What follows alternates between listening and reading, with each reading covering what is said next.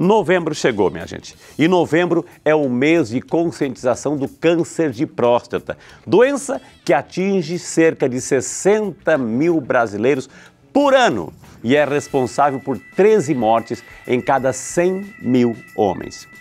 Ir ao urologista regularmente é o caminho para a detecção precoce e eficaz contra a doença. E nós estamos aqui para te ajudar nessa missão.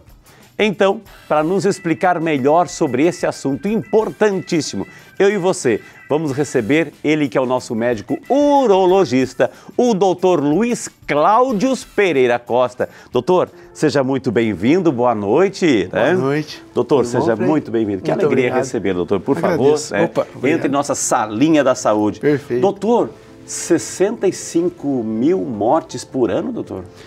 Na verdade, o Instituto Nacional do Câncer, ele divulgou, né, uma média de mais ou menos 65 mil casos, né, de diagnóstico de câncer de próstata por ano. Desses 65 mil, infelizmente, até 25% dos pacientes vão evoluir para óbito, né? Ô, doutor Luiz Cláudio, é verdade uma informação que eu estava lendo para me preparar para o programa de hoje? Não sei se essa estatística mudou, mas 1 em cada 7 homens vai ter câncer de próstata? Se tem um grupinho de 7 homens, um deles pode ter um câncer de próstata? Na verdade, a gente coloca mais como 25%, é um pouco menos, tá?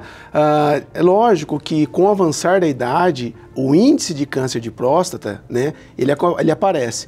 Porém, os cânceres de próstata que surgem depois de uma certa idade, depois de 75, 80 anos, são tumores de próstata que, para nós, a medicina já explicou que são tumores que não têm uma capacidade de progressão.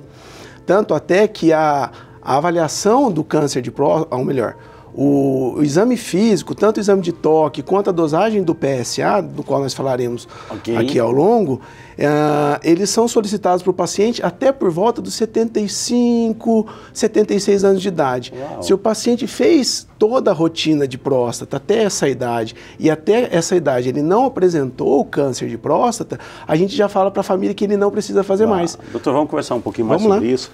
Gente, o doutor Luiz Cláudio, né? É romano, doutor? Do Império Romano, está aqui? Né? Coisa de mãe, coisa de mãe. Que maravilha. Doutor, então vamos começar, né, pelo beabá para recapitular um pouquinho para você que está em casa. Porque geralmente, assim, ainda existem... Porque a gente terminou recentemente o Outubro Rosa. A gente sabe que estamos em contexto de pandemia, enfim, mas a gente sabe que as mulheres, elas dão um show de cuidados à saúde, principalmente a prevenção do câncer de mama. Isso está mudando em relação às estatísticas do homem? Ele está procurando mais ou ainda tem aqueles tabus que é a esposa que marca o exame, que é a mãe que marca o exame, enfim? E se ele tiver que ir no médico, a esposa vai junto, doutor? Tem, ainda tem. Infelizmente tem, só que a gente tem observado uma certa mudança em relação a esse comportamento masculino. Os estudos ainda dizem que 70% das consultas, né, do público masculino são marcadas realmente pela parceira. Então, de 10 pacientes que nos procuram, né, 7, quem marcou a consulta foi a esposa, a irmã, né, geralmente alguém da família, geralmente do sexo masculino, que acaba tendo essa preocupação um pouco maior. Mas alguns estudos ainda dizem que isso ainda está tendo uma tendência a reduzir por conta das informações em redes sociais, né? A informação, ela está de uma divulgação mais ampla, então tem facilitado bastante. Fala um pouquinho, doutor. Aliás, Geisa, nós temos um videozinho, né? Que até mesmo para você que está em casa, para localizar, vamos recapitular nesse primeiro momento, onde que está a próstata, né? Então, onde que ela se localiza no corpo do homem, para você, e o doutor vai comentando. Temos como colocar esse videozinho aí, e o doutor Luiz Cláudio vai comentando, doutor. Então, aí nós temos os rins. Isso, seguindo os rins a gente tem 2 canaizinhos, um de cada lado ali, que é o ureter, chegando até a bexiga, e logo abaixo da bexiga, aquela estrutura arredondada ali, né, é a próstata, que no caso é uma glândula, né, tem mais ou menos o tamanho e o formato de uma noz, né, e que tem como principal função a produção de secreção que vai constituir o sêmen, né, o esperma, e também tem um pouco de controle em relação à parte miccional, né? São basicamente as 2 funções da próstata. A gente está vendo pelo desenho, doutor, que é a uretra, né? O ureter é dos rins. Isso. E a uretra que, enfim, que é o canal da urina, né? Perfeito. Então, a uretra passa por dentro da próstata? Isso. Na verdade, a uretra acaba sendo envolvida pela próstata, né? Entendi. E por isso que algumas patologias, como por exemplo a hiperplasia prostática benigna, acaba interferindo no quadro miccional, fazendo com que o paciente venha apresentar alguns sintomas. Agora, doutor Luiz, a partir de que idade? Porque a próstata, o senhor falou que o tamanho dela é uma noz, assim, enfim. Mas ela fica nesse tamanho a vida inteira? Ela vai crescendo, ela vai murchando? Como é que é? Conforme a gente vai envelhecendo, a próstata ela tem uma tendência ao crescimento, né? É chamada hiperplasia. Hiperplasia prostática benigna, para a gente poder conseguir diferenciar do câncer de próstata. Então, quando a gente ouve assim, a pessoa está com hiperplasia benigna, é o crescimento natural da próstata. Natural da próstata. E que em algumas pessoas com determinação genética, né, ela pode vir a causar alguns sintomas principalmente obstrutivos. Né? Como aquela dificuldade, na hora que vai ao banheiro, demora mais tempo para iniciar a micção, ou tem a necessidade de realizar um esforço um pouco maior para que a urina flua, né, normalmente, aquela sensação de não conseguir esvaziar completamente a bexiga. Então são diversos fatores, são diversos sinais e sintomas que o paciente apresenta em decorrência desse desenvolvimento, desse crescimento prostático. Eu já vou chegar nesses fatores de risco, doutor, assim, enfim, os sintomas, enfim. Mas assim, eu quero que o doutor explique para quem está em casa também, até mesmo para o time que está aqui, a maioria dos homens também, enfim. Doutor, a próstata, qual é a função dela? A gente sabe que ela trabalha na fertilidade, é isso? A principal função é a fertilidade, é isso? Isso, ela produz parte do sêmen, né? Nós temos as vesículas seminais, que produzem grande parte, mas um pouco desse... Nos testículos? Isso, não, na verdade as vesículas seminais ficam um pouquinho para baixo da bexiga também. Né? O desenho acabou não mostrando, porque o nosso foco aqui é a próstata, mas nós temos as vesículas seminais, são duas, uma de cada lado, que produzem o sêmen e que na hora da ejaculação acabam sendo misturados com a próstata antes de haver o ejaculado. Agora, por que eu pergunto isso? Porque, digamos assim, a pessoa já definiu a sua prole, já tem os seus filhos, enfim, já não mais pensa em ter mais filhos, etc. Eu não posso retirar a próstata, já que ela já cumpriu a sua missão?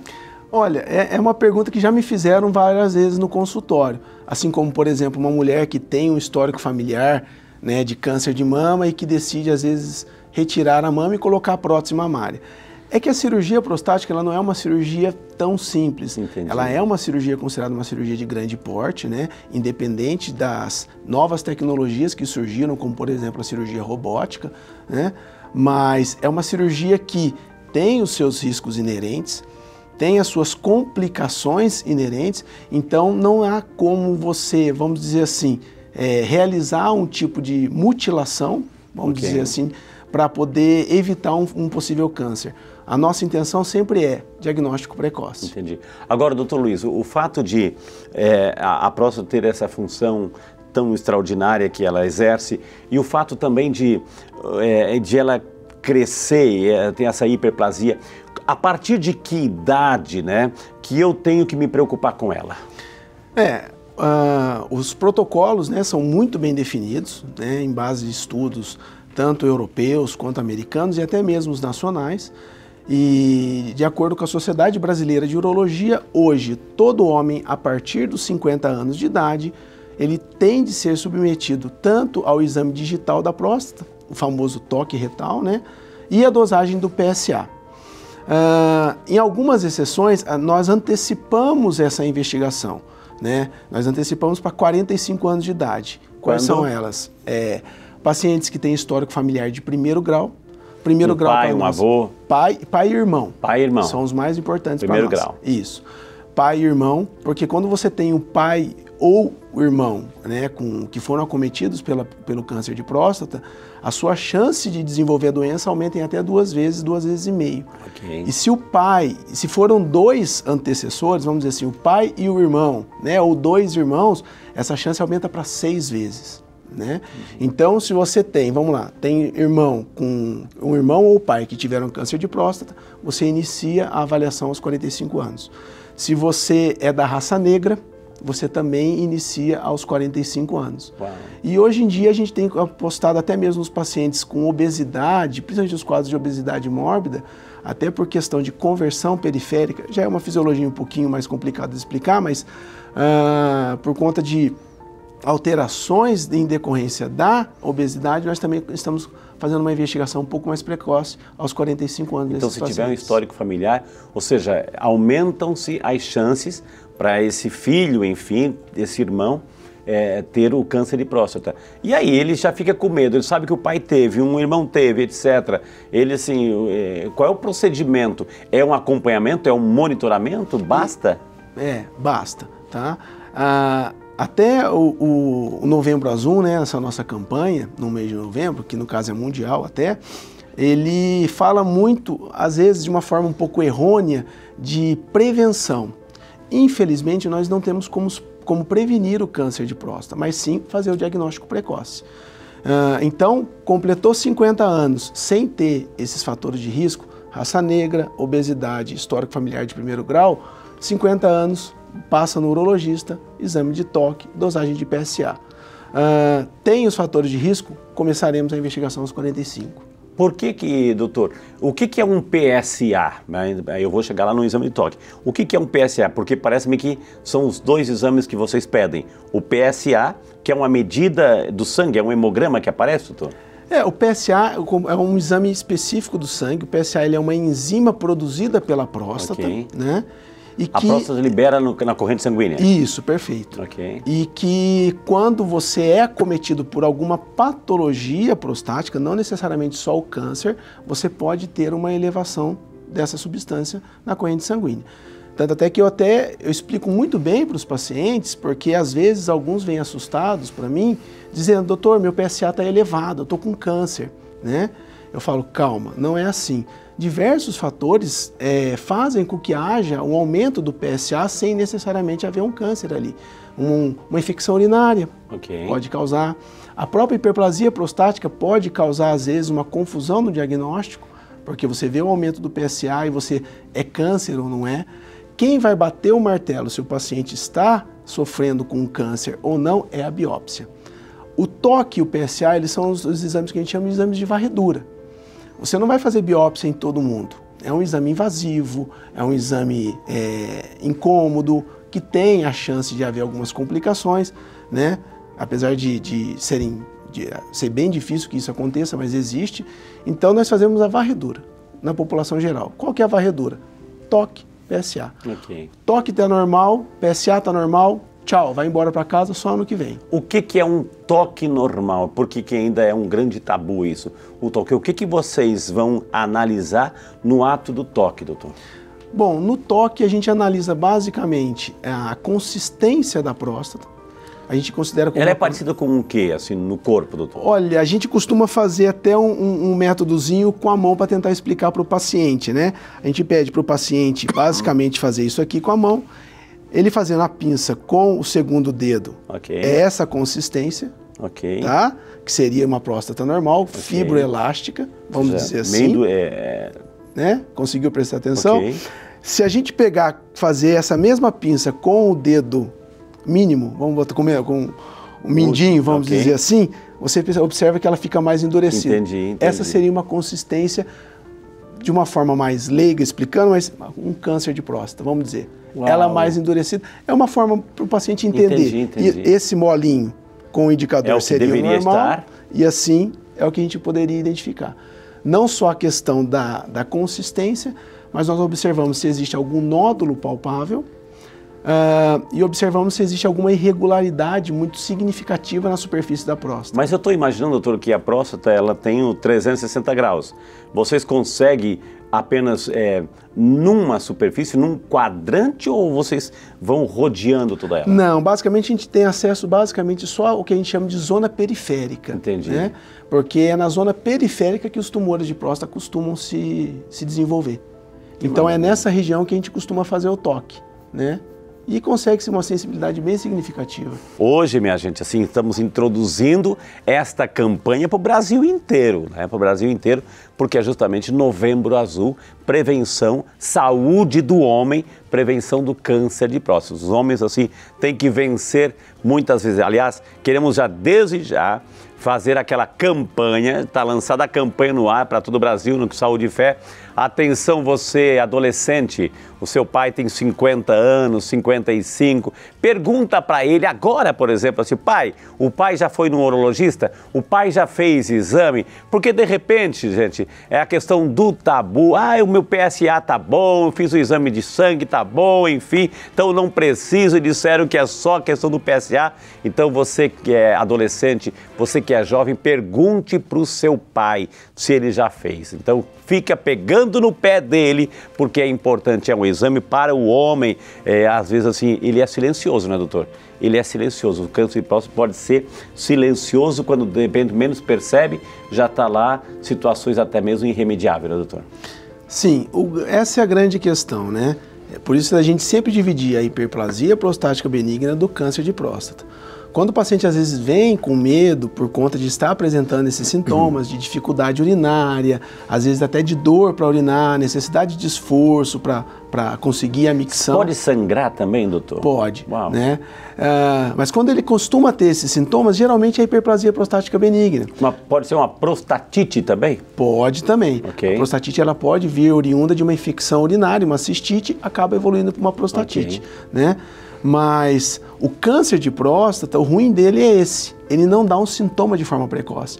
Se o paciente ele não tem uma tendência a evoluir com a hiperplasia prostática benigna, né, com os sintomas do trato urinário, e ele ficar aguardando ter um sintoma para procurar o urologista e ele está sendo acometido por um câncer de próstata, hoje em dia estima-se que o paciente, quando ele procura com sintomas prostáticos, já está com uma evolução da doença por mais de 90% dela. Entendi. Dificultando, né, no caso, o tratamento. E geralmente a gente partindo para tratamentos não cirúrgicos, mas tratamentos de uma certa forma paliativos. A próstata pode camuflar, doutor, ou seja, no exame do toque, que é tão importante, enfim, de repente vocês vão tocar um lado, um quadrante, né? Ali tem aquela consistência, né, digamos, molinha, enfim, mas do outro lado pode esconder alguma coisa e vocês não perceberem ali? A gente, toda vez que a gente faz o exame físico, a gente costuma ser bem rigoroso, okay, né, nessa palpação, né? Lógico que vão existir tumores que não vão apresentar essa diferenciação de uma consistência mais pétrea, né? Mas por isso que o PSA entra aí. Por isso que a gente sempre tem que cercar PSA mais o toque. Não basta só um? Não, sempre os dois. Doutor, eu fiz só o toque. Errado, faltou o PSA. Ou vice-versa. A gente tendo os dois exames em mãos, né? O exame físico através do exame de toque e o exame laboratorial através do PSA, a gente consegue uma boa margem de segurança. Então, vamos ver, doutora, ela está ali embaixo da bexiga, a pessoa tem dificuldade, ela pode ter dificuldade do processo de urinar, ela tem incontinência urinária, dói, ela sente uma dor abdominal, pode doer as costas. Que outros sintomas a própria próstata, no conjunto da obra, vai dando para a pessoa ficar em estado de alerta? Bom, a próstata, ela pode, né, no caso da hiperplasia prostática benigna, mas vamos fazer uma analogia, porque às vezes a gente especificando aqui que o paciente, apresentando esses sintomas, ele procure o médico, já é um grande passo, né? Mesmo a gente sabendo que o câncer não vai dar toda essa gama de sintomas que eu vou, né, exemplificar aqui. Mas hesitação, a famosa vai urinar, encosta na parede, fica demorando para sair, a gente chama de hesitação. O jato urinário fraco, ele percebe que já não tem aquele jato mais longo, na verdade às vezes até perde por gotejamento, né? Necessidade de fazer aquela prensa abdominal, o esforço pro xixi sair, e a sensação de esvaziamento vesical incompleto. Terminou de urinar, está saindo do banheiro, tem que voltar para o vaso ali para tentar terminar a micção. O homem casado que tem uma vida sexual ativa, isso compromete também, doutor? A hiperplasia prostática e até mesmo câncer de próstata, não. Né? mas acaba sendo um dos motivos que faz com que o paciente tenha medo por mitos, né? Tipo, eu tenho medo de investigar a próstata, achar alguma coisa, ter que operar ou ter que fazer qualquer outro tipo de tratamento, como por exemplo uma radioterapia, e evoluir para disfunção erétil. Não é uma regra, tá? A gente consegue ótimos resultados hoje, tanto com a cirurgia quanto com a radioterapia, mantendo não só a continência urinária após o tratamento, como também a potência sexual. Entendi. Agora, a próstata, o senhor falou que ela vai jogando enzimas na corrente sanguínea, que a leitura do PSA vai detectando. Doutor, também uma próstata com câncer vai jogando essas enzimas já, células cancerígenas na corrente sanguínea, em órgãos mais próximos, que é o processo metastático? Pode acontecer também? Pode. Por isso, da gente sempre falar do diagnóstico precoce. A doença, quando ela se torna uma doença que a gente chama extraprostática, ou seja, ela saiu da próstata, é quando não adianta, a gente nem faz mais um tratamento cirúrgico, né? A gente já começa a fazer o que a gente chama de bloqueio hormonal para impedir que essa doença evolua. Okay. E, como o senhor mesmo disse, a metástase prostática, geralmente ela é à distância. E, principalmente, o sítio metastático principal do câncer de próstata é a coluna. E antigamente, vamos botar na década de 80, antes do advento da dosagem do PSA, os diagnósticos eles eram tardios. Porque por mais que às vezes o paciente procurasse o urologista naquela época e o urologista realizasse o exame de toque, a gente ficava de uma certa forma incompleta, porque ele tinha um toque normal, perfeito, mas ele não tinha dosagem do PSA porque a gente não tinha ainda esse método, né, laboratorial para possível diagnóstico. Então, o toque estava normal, vamos dizer assim, só que ele tinha provavelmente um PSA estourado, que na época não se dosava. Quando ia ver o paciente, a principal causa dele procurar um médico é porque ele tinha uma dor insuportável na coluna. E era metástase na coluna. Uau. Doutor, eu não vou fazer o exame de toque porque eu fiz o PSA e depois o médico pediu uma ultrassonografia do abdômen total e lá teve a medida da próstata, apareceu no ultrassom. Então isso já é suficiente? Não, também ouço muito isso no consultório. O ultrassom, eu sempre falo para o paciente, para avaliação de câncer de próstata, né, para o nosso diagnóstico precoce, PSA e toque, acabou, os dois. Ultrassom é para avaliar hiperplasia prostática maligna. Tamanho da próstata, se ela já está apresentando uma tendência a invadir o assoalho vesical e causar os sintomas urinários. O ultrassom é para ver hiperplasia, não para ver câncer. Uma pessoa, não se cuidou em situações, não estamos aqui para julgar, enfim, mas de repente veio o diagnóstico, câncer de próstata. Tem graus também, doutor? Tem graus? Tem né? graus, tem então, graus. de repente, assim, tem o grau médio, né? Ou o primeiro já detectou. O que o doutor Luiz Cláudio vai começar a fazer a partir de agora? Bom, a partir do momento que nós fizemos o diagnóstico, só para frisar, o diagnóstico nunca vai ser nem pelo toque, nem pelo PSA, eles são nossos exames de varredura. Alterou o toque ou alterou o PSA, biópsia de próstata. O que é uma biópsia? A biópsia ela é realizada através de um exame de ultrassom, né? É um ultrassom endorretal feito sob sedação. Então o paciente vai dormir, ele não vai ver nada, tá? E a gente usa um probe em que a gente, através de ultrassom, a gente guia uma agulha que a gente vai e espeta a próstata e tira pequenos fragmentos e manda para estudo. Tá. Com esse estudo, tendo-se o diagnóstico de câncer de próstata, nós vamos ver o grau em que essa doença se localiza, né?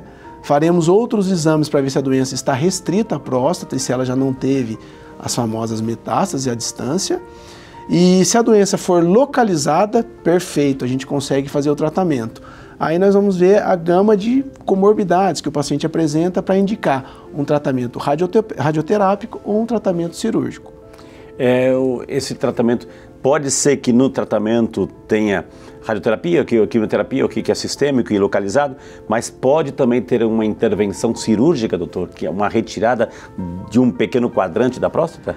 Não, a gente a partir do momento que fez o diagnóstico, né, do câncer de próstata localizado e a indicação é radioterapia ou cirurgia, vamos supor que o paciente optou pela cirurgia. Isso a gente conversa bastante tanto com o paciente quanto com os familiares, né? E em algumas situações existe essa questão de nós podermos deixar o paciente escolher, lógico, mostrando os prós e contras de um tratamento ou outro.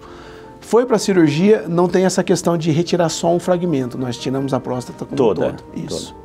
A partir do momento que se retira a próstata, a pessoa fez, enfim, todo o tratamento certinho, não voltou mais, enfim, mas ele não tem mais a próstata. Ele tem que tomar algum tipo de medicamento para substituir alguma função que ela tinha? Como é que é, doutor?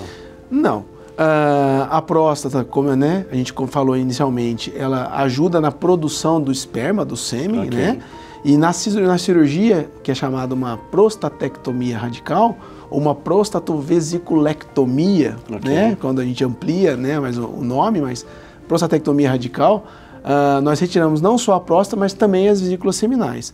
O paciente, ele vai voltar a ter uma vida sexual ativa, a única diferença é que ele vai ter todas as sensações que ele tinha antes, porém sem o ejaculado. Sem o ejaculado. Só isso. Então ele só vai perder, vamos dizer assim, a capacidade reprodutiva dele.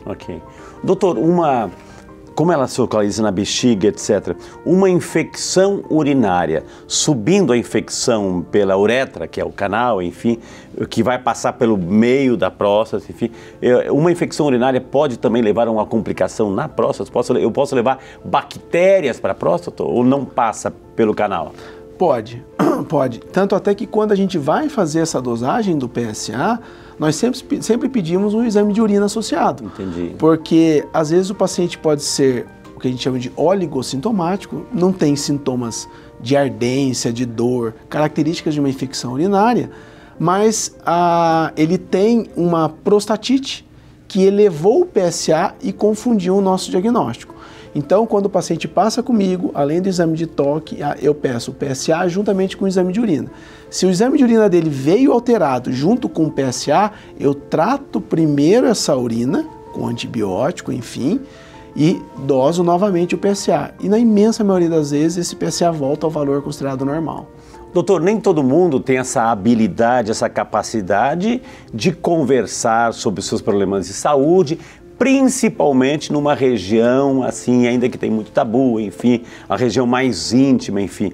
Então, que alerta, por exemplo, né, que a esposa, né, o filho, enfim, tem que prestar atenção quando, de repente, aquele pai, aquele avô, de repente, não tá legal, mas não quer falar do assunto. Tá tudo bem, pai? Tá tudo bem, vô? Tá, mas não tá, né? Mas ele não quer falar um pouco de tabu, de vergonha, etc. O que tem que espetar ali, doutor? Bom, eu acho que realmente isso é uma dificuldade, né? Ainda mais por ser uma doença que acomete pacientes com mais idade, e essa questão do tabu realmente dificulta bastante, mas eu acho que ficar alerta, a família, basicamente, vamos botar assim, além da idade, sempre da questão da conscientização, os sinais de alerta é tentar ouvir, ouvir atrás da porta no banheiro, viu que o pai, no caso, foi ao banheiro e, pô, o pai demora para fazer, eu vou fazer um xixi, você vê que ele, para ir fazer um xixi, ele demora 20 minutos, né? Antes viu, às vezes ele fez o xixi, está saindo de casa, peraí que eu vou ter que voltar ao banheiro. Você percebeu que ele foi ao banheiro, fez o xixi, só que na hora que está saindo teve que voltar para fazer o xixi novamente. Você já liga um sinalzinho de alerta do tipo, ó, parece que o pai não está conseguindo esvaziar totalmente a bexiga. Então ele tem que ter essa urina em 2 tempos, né? Entendi. Ou quando observa, no caso da esposa, observa que o marido levanta várias vezes à noite. Às vezes tem um sono, não tem aquele sono retilíneo, né, que deita e dorme, não, acorda diversas vezes. Né? Exatamente. Sono restaurador esquece.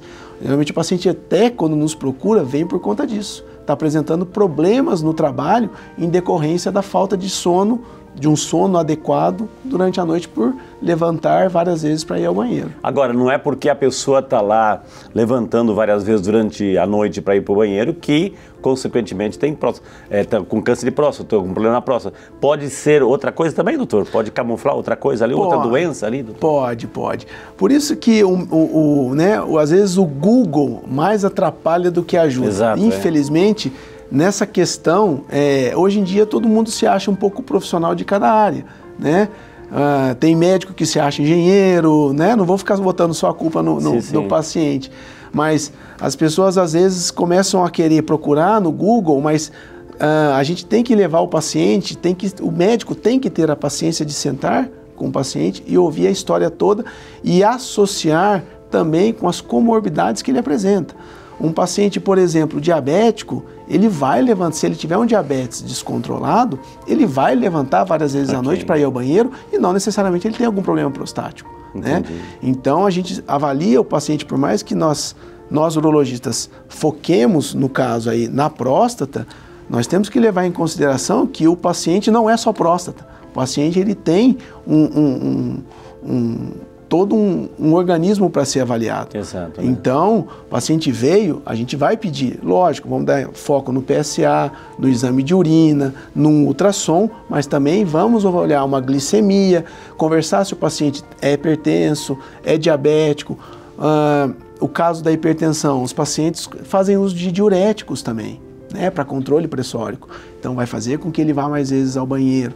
Então a gente tem que associar não só os exames, mas a história, as comorbidades e a queixa do paciente para aí sim chegar num diagnóstico ou numa hipótese diagnóstica e encaminhar o paciente para determinados exames ou até mesmo para um determinado tratamento. Entendi. Ô, querida diretora, tem perguntas pelo WhatsApp? Né? Até mesmo, vamos colocar algumas perguntas e aproveitar essas belíssimas explicações do Dr. Luiz aqui. Doutor Gerson Alves, de Londrina, no Paraná. Obrigado, Gerson. Esse já mandou a sua perguntinha. Boa noite, Frei, a sua bênção, Deus abençoe. Boa noite, doutor. Tenho uma dúvida. Fiz o PSA, está normal, mas tenho casos de câncer de próstata na família. Ainda assim, há a possibilidade de ter câncer e não aparecer no exame? Tenho 53 anos, pergunta o nosso amigo Gerson, doutor. Joia. Então, Gerson, é exatamente o que a gente está conversando. PSA normal, legal, primeiro parâmetro para a gente ficar tranquilo, nós já garantimos. Tem que fazer o toque. 20% dos diagnósticos de câncer de próstata, eles vêm de um toque alterado. Okay. Então o paciente fez o exame, o PSA está normal, mas fez o exame de toque, o toque está alterado, não necessariamente é um câncer, a biópsia que vai nos dizer, né?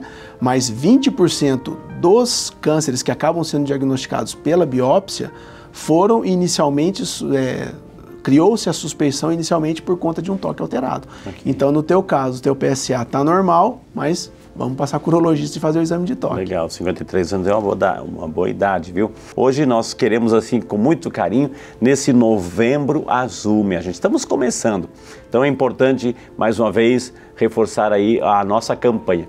Você adolescente, você jovem, tem o seu pai lá, 50, 55 anos, começa a perguntar: pai, o Frei Rinaldo do Saúde e Fé na TV Aparecida mandou fazer essa pergunta. O senhor já passou no urologista? Por que essa pergunta, meu filho? Porque o senhor já tem idade suficiente para passar lá. Não vacila, não vacila. E fala do teu amor, o amor que você tem pelo teu pai, o amor que você tem pelos teus avós, enfim. Mas assim, importante, é uma doença que quando de repente tá lá avançada, graus 1, 2, 3 e 4, sei lá, aí já não tem como fazer muita coisa, né? Então não vamos deixar isso acontecer, viu?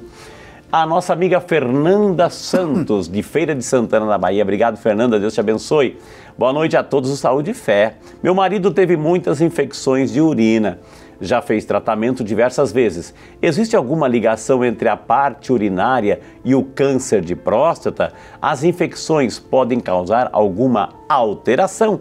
Pergunta a Fernanda, preocupada com a saúde do maridão, doutor Luiz. Bom, em relação a alguma chance que ele possa ter de evoluir para um câncer por conta da infecção urinária, não. Tá? Ele pode sim, por conta da infecção urinária, evoluir para um quadro de prostatite crônica, que não vai dar um sintoma significativo ao ponto de preocupá-lo, que é o grande problema, né, do homem, né? Porque se ele não tem nada que o incomode, ele não procura o médico. Aí é a esposa que tem que fazer esse papel de fazer a marcação. Mas a única relação que a gente vê da infecção urinária que ele teve por diversas vezes que possa vir a acometer a próstata é causar essa prostatite crônica e interferir no valor do PSA, confundindo um pouco o nosso diagnóstico. Mas na pior das hipóteses, o PSA dele veio alterado e a gente não sabe se é por conta de um câncer que está se desenvolvendo ali ou se é por conta dessas infecções urinárias que ele teve previamente, a biópsia vai estabelecer o diagnóstico. Fez a biópsia vai vir. É uma prostatite crônica, tranquilizou. É um câncer de próstata, vamos correr atrás para fazer o tratamento. Demora quanto tempo para vir essa biópsia, o resultado? A biópsia geralmente você fez o procedimento hoje em torno de 3 a 5 dias, entendi. Costuma ser liberado pelo patologista. O Carlos Eugênio de Manaus, lá no Amazonas. Obrigado, Carlos, Deus te abençoe. Boa noite, doutor Ifrei. Eu tive câncer de próstata, diz ele. Fiz todo o tratamento e graças a Deus me curei. Mas percebi que fiquei com um pouco de incontinência urinária. Pode ter ligação com a cirurgia? É normal? Pergunta o Carlos, doutor. Sim, tá? Não é uma regra, né? Tanto até que tem alguns pacientes que temem, né, não só a incontinência urinária, como a disfunção erétil, a impotência sexual em decorrência do tratamento do câncer de próstata. Eles podem sim acometer e causar esse tipo de complicação, vamos dizer assim, ou esse tipo de sequela, mas existe tratamento. Esse tratamento de incontinência urinária, ele tem que inicialmente ser mensurado, o quanto de perda que o senhor tem, o quanto que isso interfere na sua qualidade de vida.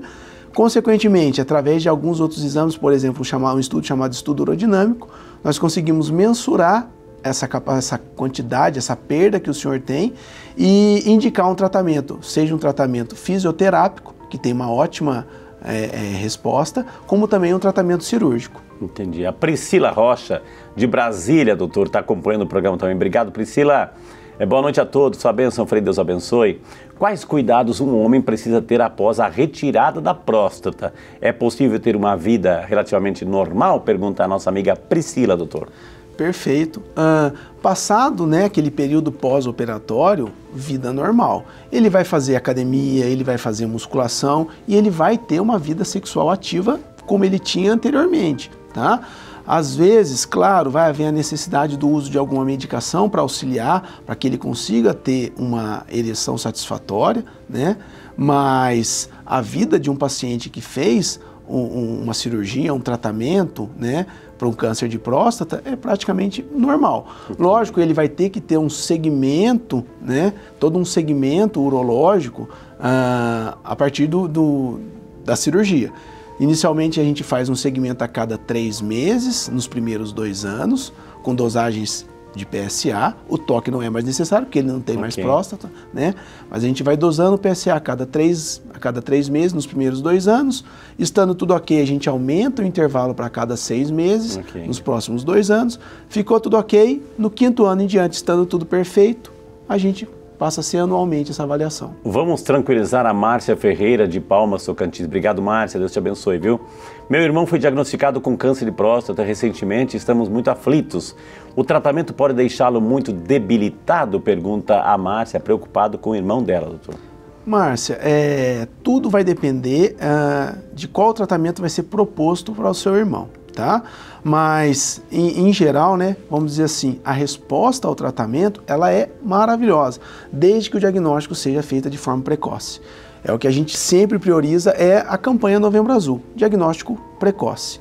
Fez-se o diagnóstico precoce, vamos dizer assim, o câncer de próstata, numa gama de cânceres que acometem o ser humano, ele tem até 90% de chance de cura desde que diagnosticado no seu início. O Marcelo Castro, de Fortaleza, lá no Ceará. Obrigado, Marcelo, que Deus te abençoe. Que bom que você está preocupado, viu, Marcelo? Tenho muitos casos de câncer de próstata na família. Tenho 27 anos e me preocupo em também ter um dia, diz ele. Quando devo começar os exames preventivos? O preocupadíssimo Marcelo, doutor. É o típico do paciente que a gente também pega às vezes no consultório, né? Mas é o que eu acabo frisando para eles. Os estudos colocaram como data, né, como idade, vamos dizer assim, de início, 50 anos para os casos que não têm os antecedentes familiares e os fatores de risco, raça negra e obesidade. Então, ele pode, mesmo tendo casos na família, se esses casos forem os parentes de primeiro grau, ou pai ou irmão, 45 anos. Ô, doutor Luiz, fala da relação entre câncer de próstata e dor nos ossos. É até ruim falar nessa associação, porque quando o câncer de próstata está causando a dor óssea, já é uma doença metastática. Entendi. Ou seja, nós já fugimos daquele período em que a gente poderia propor um tratamento localizado. Uma cirurgia, uma radioterapia. Quando a doença acomete os ossos, é uma doença metastática, né, um tumor já avançado, extraprostático, esse paciente também, ele já é uma sentença de morte para ele? Não. Existe o que a gente chama de bloqueio hormonal. Né? Okay. É lógico que não é um tratamento que visa a cura, mas visa o controle. E nós temos pacientes que nós já fazemos acompanhamento há 5, 8 anos, que foram diagnosticados com tumor já avançado, em fase avançada, mas que estão realizando o tratamento de bloqueio hormonal através de injeções, né, mensais ou trimestrais, e que tiveram uma regressão das lesões metastáticas nos ossos e estão tendo uma boa qualidade de vida. Agora, doutor, a gente sempre vê, quando o assunto é a saúde da mulher, a gente vê assim os delicados, os cuidados, enfim, quando o assunto é reposição hormonal. Tem todo um cuidado em cima disso, enfim. O homem também, de repente, muitos homens assim, ó, tá com aquela fadiga, aquele estresse, aquele cansaço, falta energia. Ah, rapaz, faz uma reposição hormonal, coloca testosterona aí. Testosterona, reposição hormonal, testosterona e câncer de próstata, doutor. A gente tem que priorizar isso também, né? O paciente, às vezes, no caso do masculino, a principal questão em reposição hormonal é, doutor, tô falhando na hora, né? Tô tendo déficit de ereção. E é meu problema hormonal. A gente faz a dosagem hormonal e o hormônio dele vem normal. E mesmo assim ele quer fazer reposição. Okay. A gente é bem criterioso. A gente, que eu digo, nós urologistas, né, da Sociedade Brasileira de Urologia, a gente só repõe testosterona para o paciente que tem déficit.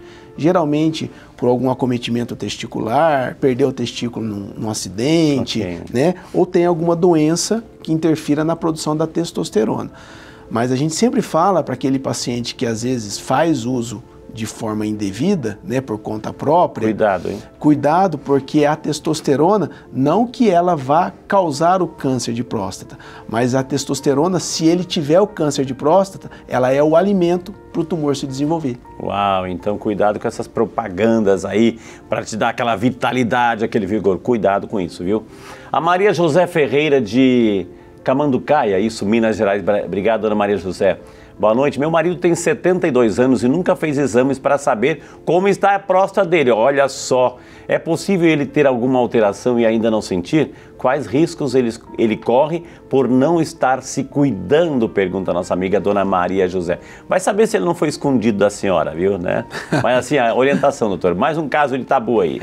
Mais um tabu aí. Mas também tem essa questão, sabe? Que o senhor até comentou e é interessante. Tem às vezes paciente que vai ao urologista não avisa ninguém, e não fala para ninguém, né?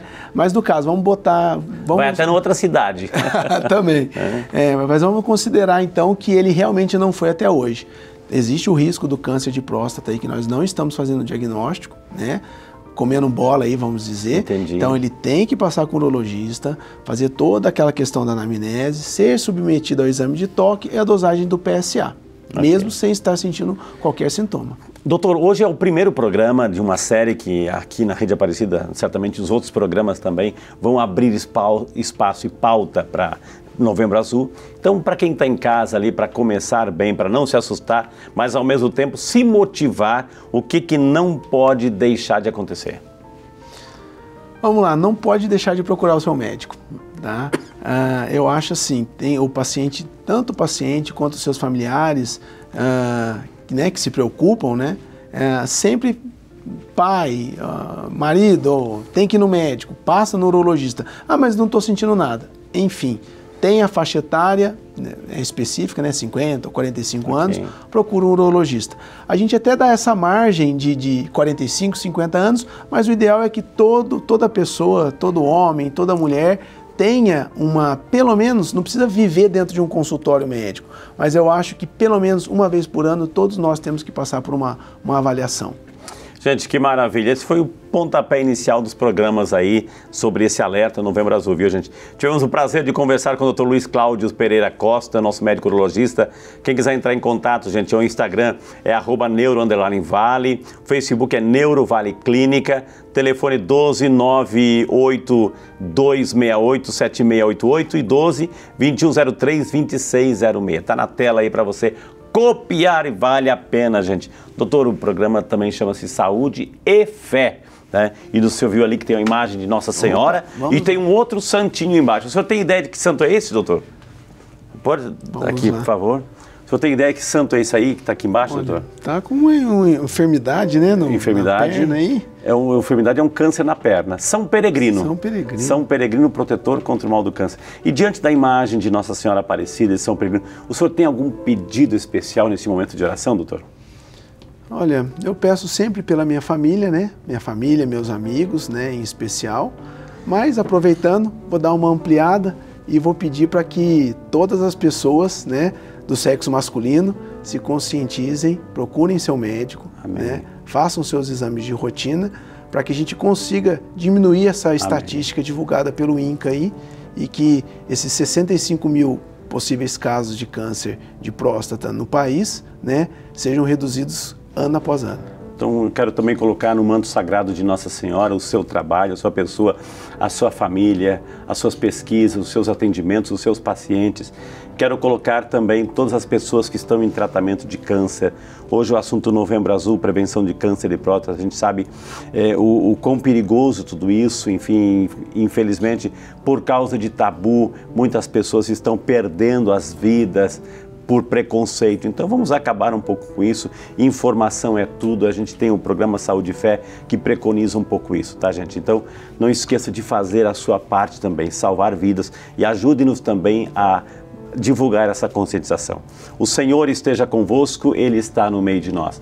E por intercessão da bem-aventurada Virgem Maria, nossa Mãe, Nossa Senhora, a Senhora de Aparecida, por intercessão de São Peregrino, o protetor contra o mal do câncer, desça sobre cada um de nós, sobre a sua vida, sobre a sua casa, sobre a sua família, sobre aquelas pessoas que receberam o diagnóstico do câncer, aquelas pessoas que vão passar por cirurgias, aquelas pessoas que estão ainda hospitalizadas com a Covid, com aquelas pessoas que estão em tratamento. Nós pedimos a bênção especial sobre toda a nossa equipe também, sobre você, sobre a sua casa e sua família. A bênção de Deus Todo-Poderoso, Pai, Filho e Espírito Santo. Amém. Nosso muito obrigado, que Deus abençoe você, continue se cuidando, minha gente, continue se cuidando, e acima dos 45, 50 anos, não esqueça de passar no seu médico. Deus abençoe e até a semana que vem, se Deus quiser, com mais uma edição do nosso Saúde e Fé. Tudo de bom. Deus abençoe.